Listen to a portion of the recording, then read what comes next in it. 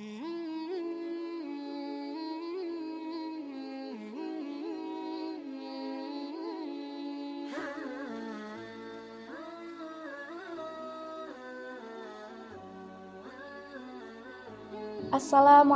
warahmatullahi wabarakatuh.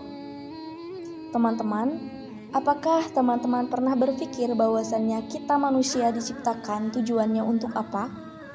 Apakah teman-teman pernah berpikir bahwasannya dunia serta seluruh isinya ini diciptakan untuk apa? Allah Subhanahu wa Ta'ala menciptakan segala seluruh aspek kehidupan pasti memiliki tujuan. Baik itu semut atau serangga yang kecil dan ditakuti beberapa orang sekalipun memiliki tujuan. Apakah sudah terfikirkan oleh teman-teman? Saya bantu jelaskan.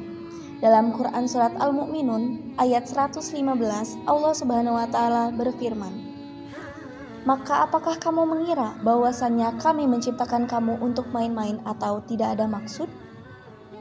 Padahal kamu akan dikembalikan kepada kami." Dari ayat tersebut dapat membuktikan bahwasannya Allah Subhanahu wa Ta'ala ini menciptakan seluruh apa yang Ia ciptakan memiliki tujuan pastinya. Khususnya kita sebagai manusia yang memiliki fungsi, baik itu melihat, mendengar, berbicara, dan lain hal sebagainya pasti memiliki tujuan. Apa itu tujuannya? Dalam Quran Surat Az-Zariyat ayat 56, Allah Subhanahu wa Ta'ala berfirman, "Dan kami tidak menciptakan jin dan manusia melainkan hanya untuk beribadah kepada Allah Subhanahu wa Ta'ala." Ibadah. Apa yang kalian pikirkan mengenai ibadah? Sholat? Puasa? Ya, betul sekali. Sholat memang ibadah dan juga tiang agama.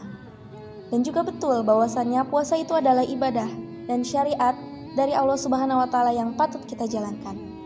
Tetapi teman-teman, perlu kalian tahu bahwasannya ibadah itu tidak mencakup itu-itu saja.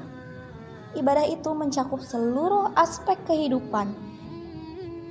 Kita makan, minum, tidur, istirahat, apapun yang kita lakukan itu dapat dijadikan ibadah. Bagaimana caranya?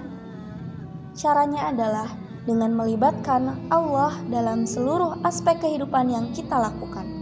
Apapun yang kita lakukan diniatkan kepada Allah Subhanahu wa Ta'ala. Apabila kita makan, kita niatkan untuk mengisi energi agar didapatkannya kekuatan untuk beribadah. Apabila kita puasa atau apabila kita menuntut ilmu, kita niatkan untuk memenuhi syariat Allah, memenuhi perintah Allah, dan juga berjalan jihad di jalan Allah Subhanahu wa Ta'ala. Mengapa kita harus melibatkan Allah Subhanahu wa Ta'ala dalam setiap apa yang kita lakukan? Hal itu dikarenakan apabila kita tidak melibatkan Allah Subhanahu wa Ta'ala dan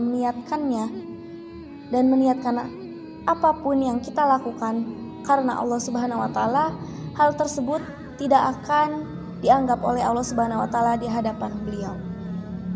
Apapun yang kita lakukan hanyalah sia-sia. Maka dari itu teman-teman, marilah kita jadikan seluruh aspek kehidupan kita sebagai ibadah dengan melibatkan Allah dalam setiap urusan kita. Wassalamualaikum warahmatullahi wabarakatuh.